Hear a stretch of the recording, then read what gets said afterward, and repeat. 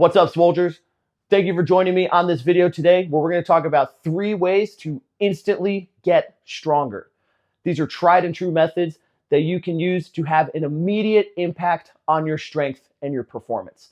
So before we break them down, please do me a favor, hit the like button below and click subscribe to the channel to get more content on strongman and all things to help you become your best, strongest self.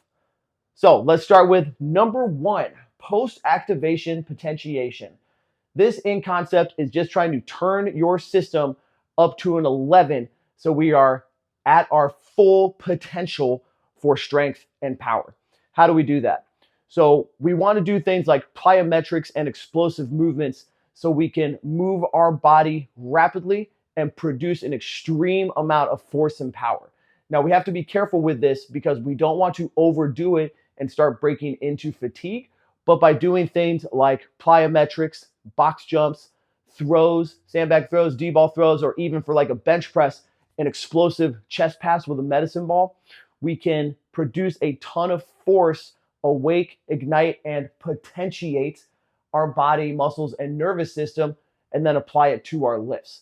So as a general concept, you should understand that strength is really all about force production. So when we're trying to train our body to produce as much force as possible, we should spend a very, very large chunk of our time and a lot of our energy in trying to accelerate lighter weights as violently and as aggressively as possible. Because by the definitions of physics law, force equals mass times acceleration. Now, of course, our goal ultimately is to move as much weight as possible. So when we're moving those heavier weights, there will be times when you are not producing as much force as you possibly can because you're moving that weight slowly. But to have that overall ability to produce a lot of force, you want to spend time, like we said, accelerating lighter weights very, very, very, very quickly. All right. So we're going to use this as a couple, like a warm up to get into those heavier weights because we'll have our whole system potentiated, ignited up to an 11. Now, you should also do this in all of your warm-up sets, not just like a standalone exercise. So let's say we're having like a deadlift day.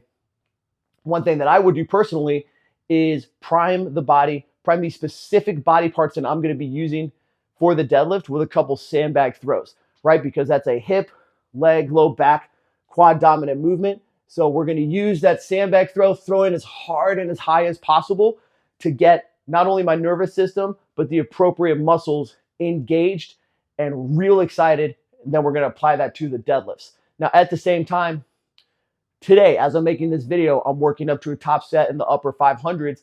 I want to use that explosive sensation on all of my warm-up sets. So I'll have 135, 225, 315, 405, probably do a 495, a low fives, and then an upper fives for my top set. I'm still going to want to apply as much power in every single one. So we're keeping this potentiation and level 11 turned on. Now, you don't just have to do this with full compound movements. If you wanted to take a little bit more time and like a more thorough warm-up, you always want to monitor your fatigue. So you don't want to overdo this to where it's taking away from the focus of your main session. So in this example, let's keep talking about deadlifts. We don't want to fatigue so much that it's pulling away from deadlifts, but I could do some dynamic warm-ups, some things like some pogo jumps to start warming up my calves, some kicks to start warming up my hamstrings, butt kicks to warm up my quads, where we're doing them quickly and getting those muscle groups ready to engage at a fast rate, right? So these are some ways that you can do that. The other one that I did want to talk about as well is bench presses. You can use this for a bench or an overhead with like a quick medicine ball chest pass in the same way that we're going to recruit, all of these muscles here in a bench press, even taking something like a 10, 12, 15 pound medicine ball and throwing it quickly and violently is going to ignite those muscles and your nervous system in the same way. So I don't really recommend doing this for more than, like 10 total throws or presses. We want to keep it pretty minimal so we're not taking away the fatigue, but it really helps a lot. If you've never done this before any of your lifts, this will make an immediate difference if you implement it, okay?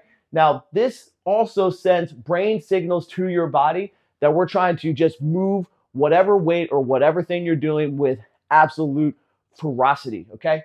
So get your body and your brain in tune and lined up to have that explosive effort through post-activation potentiation. Now, in a kind of different way, isometrics also work very well to get you instantly stronger.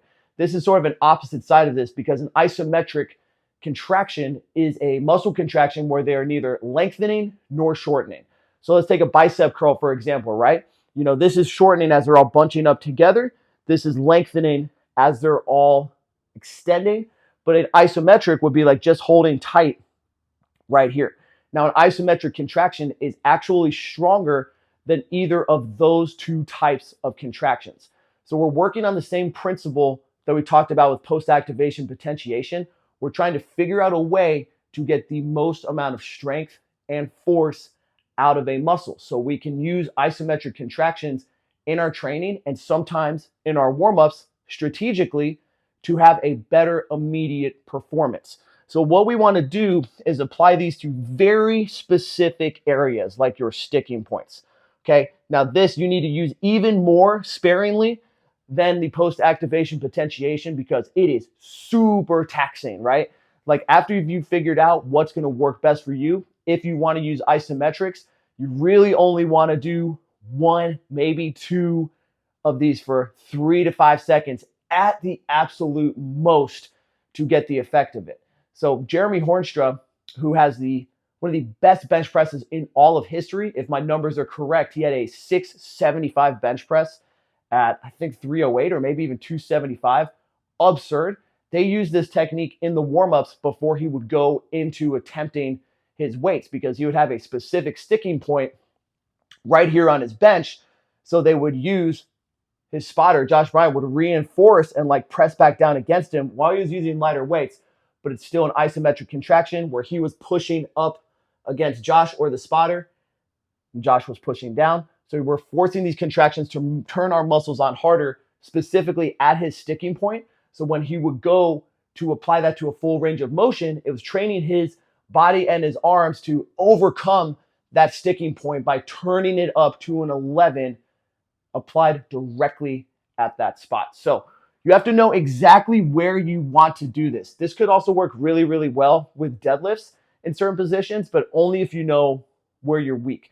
So if you're weak off the floor, you could load up, maybe going into your warm-ups, load up a really, really, really heavy weight that's like too much for you to move off the floor with the intention that you're just going to pull as hard as you can against that as your last warm-up, strip off some of the weight back to your top sets, start pulling it off the floor. And in theory, because your muscles are turned on to a higher degree, you're going to be able to move that weight off the floor a lot easier than if you had not done that isometric contraction and isometric style training. So I want to really reiterate that this is something to be used very, very, very sparingly because it's super intense on the nervous system because of how intense and how strong these contractions can be. All right. Now, if you're training with this just in a general training program, you should always couple this with a full range of motion movement.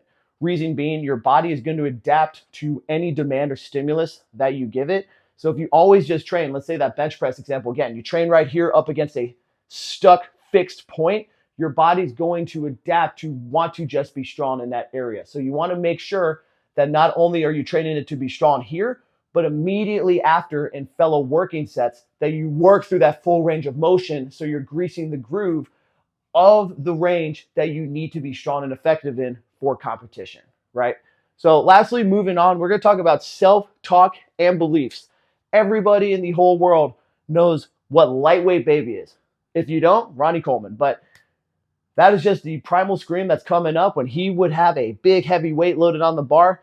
He would scream lightweight baby, and in his head and in reality, it was automatically lightweight. Self-talk and beliefs is incredibly important because your thoughts and your emotions have physical manifestations, okay? If you are stressed out and you're thinking negatively, that literally transforms in your body as physical tension. So if we want to be in our best lifting state, what some would call the flow state, then we need to have positive thoughts, affirmations, positive self-beliefs. You are very, very unlikely to hit a lift if you're going and thinking, I can't do that, I can't do that, I can't do that. So Flip that around and say, I'm going to do that. I am strong. I am capable. Talk in the first person and think and see yourself as doing that lift successfully. What's going to happen is that your body and your brain are going to loosen, relax, and engage in the right ways to allow you to lift to your full potential if you're sending it the right signals. Okay, so the body is controlled by the mind. So if the mind, which you can control with your thoughts and actions, if you're telling it, I am strong enough to do this, your body's going to follow suit and give you a much greater chance at completing that task. So very important to always use self-talk and beliefs, but also try out this post-activation potentiation and isometrics in your training. Use them sparingly. This isn't something that you want to do all the time because it can be pretty taxing to the nervous system. But when you're implementing this into your program, you are going to see some immediately rapid strength gains. So thank you so much for watching. Stay tuned for more strongman content and have a championship day.